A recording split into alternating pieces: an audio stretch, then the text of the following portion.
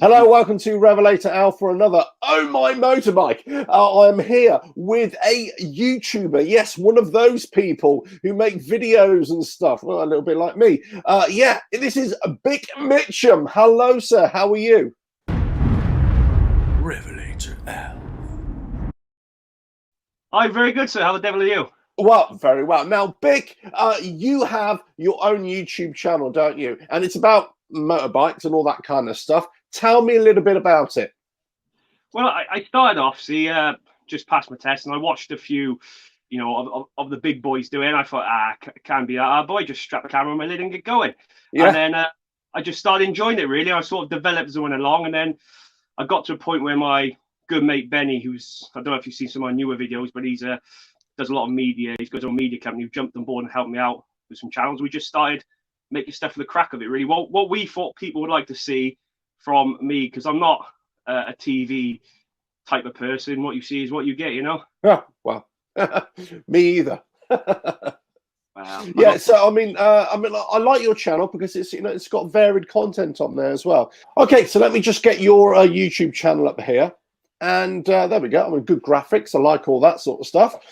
What I like about it more than anything is just the varied content that it's got on there.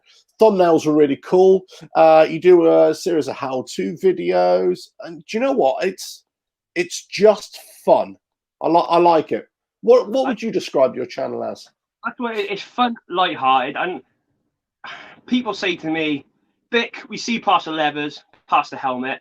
We know you're pretty rock and roll. But if there's any person that's inspired me to sort of do back to the system, give it the old heave-ho, it would have to be Jeremy Clarkson, because sure, he's punched the old waiter or two, but he's not afraid to say, leave me alone, I'm doing some charity work, I'm having a good laugh doing it. And that's what I just sort of watched Top Gear. I was like, well, if you can do it with cars, why can't I do it about bikes? And that's what I thought. Yeah, brilliant. It's great. It works. It works great. You've got a few subscribers now. I think hopefully we get a few more for you as well. And the more you keep on doing it, the more videos you make, the more fun and energy you put into it, it's gonna take off. So it's great. There's so many serious people on the internet, like keyboard warriors, and people. Life's too short. When you're dead, you're dead. So there's no point being sad about it. Just have a good crack whilst you're at, isn't it? That's right. That's right. Right. So, are you ready for these dirty dozen questions about motorbiking and riding and all that kind of good stuff? Hit me with your best shot, sir. Okay? Oh, here we go. Oh, no, that's a challenge. That's a challenge. Right. So, here we go. The very first question, sir. What motorcycle are you riding right now? Now, I see there's a couple in the background there. What are you riding? I call it Elsa. Now, I named all my bikes after Disney princesses because me and my mate are sad like this. So I got Elsa, who's a Triumph Sprint GT 1050. Nice. And just me there, you've got my 1994 FZR Genesis, which, for obvious reasons, I called Phil. Right. Good. And what's that CC? Is that 1,000? This is a 1050 the Triumph. And the Genesis? A 600. 600, you said. Right, okay. Yeah, cracking bikes. Yeah, definitely. I remember when the Genesis first came out, actually. What a monster of a bike that was. And how long have you been riding these two? Well, Elsa, so the Triumph I've had for just over a year now. I brought it to do my instructing work on. So that's why I really bought to start doing that. But Phil behind me, I've had for about 6 years now. Right. One since new. And I just love him to bits. I've done tours on him. Yeah, the weeks, and track raced him as well. So he's getting an old boy now. So he takes a bit of TLC. So. What right? What sort of technology that isn't on your bike that would you like on your bike? Oh, well, this is a hard one. You see. Oh, you see, I buttered you up with a couple of cheeky, easy questions. Now come the hard ones. You see. When people think I know anything about motorbikes, and then no, I don't know. It's hard to say. There's so many mod cons these days going on to bikes. If anything, I'd like to see it go the other way, because you get too many people. You see it in cars now, all these new cars. I done a video on it where you just rely on the robot. It's like, oh, robot said go, and they don't think for themselves. So I think if anything, if you took a few off, I know it's a roundabout question, but get to bare bones to the riding why we all started. We all started for the thrill of it, not to have a computer tell us what to do. Do you know what? I could not agree more. I could not agree more. You know, sometimes you're absolutely right. Sometimes there's just too much of this nonsense on bikes and cars or whatever it is. You know, just get back to the original reason why you started riding bikes, you know, Just for the love of it. part of being a bike is riding that bike and you feel like a fighter pilot and you're in control of it. When you have a machine, it's just like, well, cruise control, that'll do that. Yeah, traction control, I haven't got to worry about if I hit this bit of leaves. ABS, yeah, it's a bit different. I think ABS is a good safety feature because you know, smoking back wheel locking up and it's a bit, you know, 50 pence, 10 pence moment. But yeah, I just think that's the way I would do it. Yeah. Okay. How long have you been riding motorcycles, by the way? Well, officially since I was 16 when I got my first, I had a Suzuki AP50, but before that I did a little bit of farm riding with my best mate on his farm, the farm bike. So 16, so I'm 20, 28? I'm asking you if you should know, but yeah, I'm 28 now. I have no idea. What would you? Amazing. Listen, I'll tell you what. This is a question I ask quite a few people, and sometimes it's hard to answer. But I'll ask you this: what's been your best time riding? What situation can you recall and think, actually, I've had the best time riding today? I can answer that. It's always in my memory. It's my first proper bike trip I ever did, and that was on Phil behind me there. Me and my best mate went to Scotland for a week. We only did motorways to get around Glasgow, so we did 20 miles of motorways, and the rest was Nadry roads all the way from South Wales all the way up to John O'Groats. And to me, that was when I was like, do you know what? This is a bit of me. This is, you know. I mean, bloody luggage on your bike. There's no pressure. You haven't got to go anywhere for a job. You haven't got to go anywhere for work. You don't have to be here on time. It's ride, follow your nose, stop when you're hungry, stop when you need a bog, crack on, tent up, couple of beers, bed, get going. You're just free. There's no have to do it. You have to do that. You're just free, and every tour I've done since then has never really lived up to that standard of that Scotland tour. So it's that Scotland 16, which is really my ultimate riding week, best week I've ever had. Oh, right. Brilliant. I think you're always trying to chase that same experience, though, aren't you? You're absolutely right. Yeah, have it once, and you just want to keep getting. Yeah. You come out, try bigger bikes, fast bikes, different style. You just don't get that original thing you had at usually. No, that's right. That's right. But I suppose there's also the reality of, well, you know, you're trying to recreate something. You're trying to, I don't know. It's almost like you can't recreate it. So maybe you got to do something different. You got to go for a different kind of experience now. Well, you know, or maybe go for a world tour. Go for a world tour. World tour, you like that, would you? Oh yeah, that'd be brilliant. If what's his face can do, our boy on the R6 went around the world, you know. Oh crikey, people go around the world on 50cc mopeds. Yeah, you know, you don't need to be. You don't have to have a big adventure bike to go around the world. Just a 50cc. It's just like when I was in Scotland, we went riding down this road. It turned out to go from a main road into a single track, into a footpath, into a gravel lane, going along at the side of the lock. But yeah, you're doing that on loaded sports bikes. You know what I mean? We were in practice sports bike for it, and it's just people think, oh, to go off road, I must have a GS. Like we passed the GS, boys, and you're like, how do you get there? Oh, we did the M6, we did this, we did that. Yeah, new motorcycling. Yeah, absolutely. I'm not. I say this all the time, and when I first started the channel, one of the things I was always saying. When I did a lot of adventure riding and off-road riding, I was saying, look, you can use this bike if you want, but actually you can do all this stuff on any bike, anywhere, anytime. Just, get out and ride it. So I handle different bikes handle different ways. You got to treat them differently as a person. Yeah, exactly right. Listen, if let's say if there was one thing that you could do with your bike, in terms of modification, in terms of a bit of different kit, whatever. Either bike doesn't make a difference really. What would it be? If there was something you say, Alf, I'm going to get that for my bike, what would it be? You've been looking on my eBay list, have you? Well, I might have been. Just make my search history more private then, should I? I hope the missus ain't watching. This couldn't go down too well. Yeah, look, the blow-up dolls and things. I'm not. that's up to you, son. Well, it's lonely out in the field. What can I say? Oh, one bit of kit, eh? You see, I really like, because Phil's now my track demon. I've done Pembrey, I've done Cadwell Park, Snetterton. I've done a few different. I'd like to get a proper Olin suspension on him and just get him to that spec where he's just get the suspension sort, because it's a bit washy at the moment. It's a bit spongy. The amount of times you strip it down, change the seals, change the fluid, it doesn't have that quite stain. And on the back of that rear shock could really do a bit of okay. Yeah, that's a good shout, actually. Yeah, it's a good shout. Correct suspension, that gives you a better ride. Just absolutely, especially if you want to try and push the envelope a little bit on the track. Definitely, I'm all for that. Okay, here's the next question then. We've had quite a few questions already, but here's the next question as well. It's what other motorcycle would you like to own next?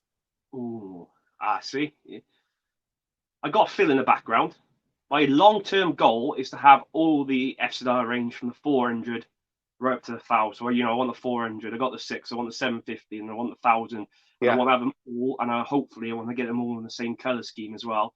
Right. I'm in at the 400 at the moment, but it's going to take a bit of a rest of work and a bit of, finding the right fairings and the right plastics, decals. But I would like to get the complete works off the FZR series. That would be my dream goal. Wow, it's interesting you say that. I always had the same thing about Suzuki GS bikes. I used to have a GS 750, then 1,000, then 850, and I always wanted those bikes. And then I said, okay, well, I want the Katana, but this is the old Suzuki Katanas, and I want all those. And then in every bike, I think I'd love to have a stable of bikes of just right through the range, just as you said. It'd be brilliant. It would be absolutely fantastic. Just not to thrash around, but not to look. They're not built to be looked at. They're not showroom pieces. They've got to be ridden. But on nice dry days, but just have that whole range there in the same color scheme, just to say I don't know. That's big on my bucket list, is to have the range throughout the series. Yeah, brilliant. Okay, here's another question. What is your favorite motorcycle of all time? You have to do this of all time as well for dramatic effect. All time, eh? Crikey. This is a toughie, eh? I like the Bruffs, the older Bruffs. That I went down to the Tank Museum in Dorset. Oh yeah, it's a cool place that is. I went there last summer actually. Really, I was in there for about 6-7 hours. I was like a dog with two. Well, I probably shouldn't say it. You know what? Yeah, I loved it in there. But they had in the corner. They had Lawrence of Arabia's Bruff Superior, one of his old Superiors in there. Behind the glass case. That's the fella. And I seen that. I thought, if I had some money, boy, if I won the lottery, I'd come down here and I'd just say, just take my winnings, have it all. Just take it all. I want it. I want that. Yeah, that Bruff Superior is a lovely machine. It really is. Quality engineering at British height, isn't it? It's when it's fantastic. The boys are making things. And that's I'm with you there. I've got to say, if I had all the money, it would be something like that as well. Something really classic, I think. Yeah. Because everyone wants a Hayabusa, everyone wants the R6, but not many boys and girls you talk to say, you know what, give me an old British bike, I'd have one. Yeah, absolutely. In fact, it's funny actually, the older I get, you speak to a lot of people, the older they get, they kind of go backwards in their preferences a little bit as well. Not many people kind of, as you get older, want to stick with the new technology. As you get older, you do tend to hark back to stuff from your childhood, or well, in that case, as a Bruff Superior, even before then. So it's just like technology now. I'm like, well, how does this work? And then the boys I work with, the younger boys, apprentices, like, you do this. I'm like, how's he done that? And that's what my old was like when I was younger. And you think, you're getting old when you start having to get the people a bit younger than you to show you how to do things. Yeah. Okay, here's the next question then. Really, really tough one. Okay, what do you think of electric bikes? Tell me. No, electric bikes. I think whether we like it or not, that's the way bikes are going. I know there's articles they're exempt for a bit longer, but it's not going to be forever. So I think we're all going to have to get used to, in some respect. They have come on leaps and bounds from when they first started. I don't mind them, but will I spend my money on one? Absolutely not. I buy something else.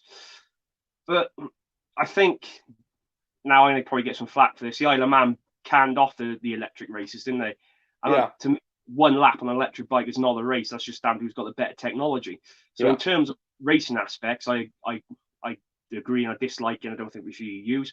But in general, day-to-day consumer use, I mean, well, it's the way things are going to go. And if they come out with an all right product that looks half tidy, doesn't weigh a ton, don't cost the earth, then it's the way it's going to go, unfortunately. So I'm not against. I'm middle of the road. Yeah, they're definitely the future. It's the way it's going. But I think you're so right. There's so many unanswered questions right now. But price is a big thing, and and range and all that sort of stuff. It's it's all there really. So it's better for the environment. It's like, well, is it in the long run if you're doing all this to get your lithium or whatever for your batteries? I know it's exaggerated on the media, but is it? Yeah. Don't know. Probably 20 years down the line, we'll find out, and then we'll say, yeah, exactly. We'll have this conversation again in 20 years' time. So, what's the best electric bike now? Who knows? The problem is they're making such massive technological advances, electric bikes every 6 months or electric vehicles every 6 months. And the technology is moving on so quickly. It's just like when computers are first coming out. Every year there's a new laptop, there's a new, something else coming out. And it'd be exactly the same with electric bikes until it all settles down. And then they get the technology is there right across the board and everybody's on an even keel. Yeah. Right. Here's the next question then. It's all right. Don't worry. We've only got a couple more left. Don't worry. Here's another question. If you had to say about or pick one class of motorbike to ride to say this is the kind of bike that I favor, what would it be? Would it be like a sports bike? Would it be an adventure bike? Would it be a Harley Davidson, a chopper? I don't know what kind of thing. What would you say would be your class of motorcycle? I would like. I'm a sports bike boy through and through. From when I was 6 or 7, I have the pinups of all the bikes on the wall in my bedroom and that. It'd have to be sports bike, but more specifically 90s sports bikes. That's what I grew up with. That's what got me emphatic about them. I was like, I want a bit of this. So it'd be 90s sports, but I'm open to trying other things. Like I haven't had to go and I like to ride a Harley. I'd like to have a go on a cruiser. But I'd like to have a go on them all and just. You never know. If you don't try it, you never know, do you? Well, the thing is, if you're a petrol head, you'll ride anything. Exactly. Well, if you love your bikes, you'll ride them all. It doesn't matter what it is. And I'm exactly the same. I'm not really into one particular. I have my bikes I really like, of course, but if it's got 2 wheels, if it's got an engine or electric motor or whatever it is, I don't care. I want to ride it. Simple as that. And we all know that bikes aren't ours; are the fastest, aren't they? Sorry again. Bikes that don't belong to us are always the fastest because you go. Yeah, that's right. Yeah, that's right. Anyway, listen. Here's the next question. You've got your 2 bikes there. Yeah. If let's say somebody came to you and said, right, we're taking away your 2 bikes now. We're taking them away. Cool, you can't have them anymore, right? What would you replace them with? I don't have bikes anymore. This is a tricky one, eh? Tractor. Yeah. Really? Yeah. Now you're talking my language. I spent a lot of time growing up on the farm, and Massey Ferguson's, John Deere's, Zetas. Yeah. I get myself a nice brand new Landini. Yeah. Brilliant. Well, I come from a farming background as well, so I know exactly what you're talking about. 135, but a mint one now. Say again, sorry. David Brown 135. Oh, David Brown's, yeah. Great one with blue piping over the wheel arches. Be like street. Yeah. It's funny actually. I came across quite a few people who were doing the old vintage tractors a while ago. I know this. What's this got to do with motorcycles? I don't know, but who cares? And they were buying up old Fordsons and things like that, and doing them up, old Massey Ferguson's, Fordsons, Ford tractors. And they're buying, and they're just spending an absolute fortune on these tractors, doing them up. It's just unbelievable, really. And they look great. They look great. There's a group of old boys up by me, and you see them every Sunday 15, 20 of them when he's done up old tractors in the summer, go around all the villages around Yeah. the Yeah, where that's I good. just look, you hear him coming, and I think, Yeah. right, the washing's got to stop now. They're tied in, down tools, get out and have a look at them, and they look amazing. Yeah. They smell amazing too. I like old vehicles anyway. Any kind of old vehicle, whether it's cars, bikes, whatever, lorries, vans. I'm a kind of a van pickup truck kind of person as well. I love those old things. But tractors definitely. Yeah, a good old tractor. Never had that. And also, it's as you say, if you're going down the road on a tractor, everybody tends to get out your way. You know what I mean? You're not going fast, but you still got that thrill of the open cab, the wind in Yeah, your hair. yeah. No, I get it. Right. Let's just have a couple more questions about your channel then. Cool. What's the kind of the number one video that you enjoy making on your motorcycle channel? Well, I tend to do a lot of product reviews and things like that because the way it's going these days, folks work harder for their money. They haven't got as much money to throw away. And if I can spend a few quid and tell people what I honestly think of a product before they do it, gives them a bit of information, a bit of a help. And I just enjoy and get something, put it through its paces, and I proper put it through its paces, whether that's going in the river, in the shower, dragging it behind the car, whatever I do, put it through its paces and then give an honest verdict. But I enjoy starting that process from conception all the way through to the finished article, the finished product, and then watching it back and then just thinking, job's well done, have a cup of tea, Yeah, brilliant. Okay, I suppose a final question then for your channel. Where would you like to see it go? What would you like to see it become? Well, one of the reasons I brought the Triumph was because I started teaching things like new rider courses, CBTs. I want to progress through my instructor training. So I'd like the channel to sort of have a diary of the instructor following me through my training, because I can't be the only one who's gone on Google and tried to find out what you do, and then no one wants to read a 400-page PDF. You want to watch a video of someone doing it. So I thought, if I good follow my through day-to-day life, what to expect, just give people an insight into what it is. Like, see if they would enjoy it, wouldn't enjoy it, if it's something they want to do. Because there's a few channels like Roadcraft Nottingham. He's got some good videos up there, but you haven't seen him progress through it. He sort of got to his level, which is fantastic, and then he stopped. He's there. I want to be able to follow it. If you're drawing on a graph, I want it to go like that. Yeah, absolutely. No, that's a really good idea, actually. That's a really good idea. And I'm sure you get lots of people looking at those sorts of videos as well. Definitely if you put them in a playlist as well, and say, how to become a motorcycle instructor or something like that. Yeah, that'll do it. But lessons as well, because everyone, as soon as they go, right, I want to ride a motorbike, very first thing anyone does is go on the internet, motorcycle training, videos, what comes up. Just stuff like that. So, just talking you through the basics from start to finish, but in a terms where I'm not too technical and going into it in a great depth, but just brushing over it, giving you what you need to know. Because at the end of the day, there's no point me telling you everything, because when you go to your instructor of choice, he's not going to teach you anything and he's not doing his job. So give you an overview of what to expect and what's involved, but then let your instructor of choice do the nitty gritty, the meat on the bones. I've just sort of given you the skeleton framework, and he's got the fat. Brilliant. Well, I think it's great. I think it's a really good idea. Anyway, listen, I wish you all the best with your channel, and onwards and upwards, I say. Lots more reviews, lots more stuff, lots more fun riding, fun channel bits and pieces. Is there anything else you'd like to say? Oh, tell us, what's the name of your channel again? How do people get to it? Sorry? Bick Mitchum. Bick Mitchum, that's right. Now, are you on Instagram-y, Twitter-y type stuff? I'm on Twitter. I'm on Twitter at Mitchum Bick, and on Instagram I'm Bick Mitchum _motorbikes. Right. You can't miss this face. I'm pretty bloody handsome, if I do say so myself. Well, all the girls in the office here, they're all saying, "Please let me at him."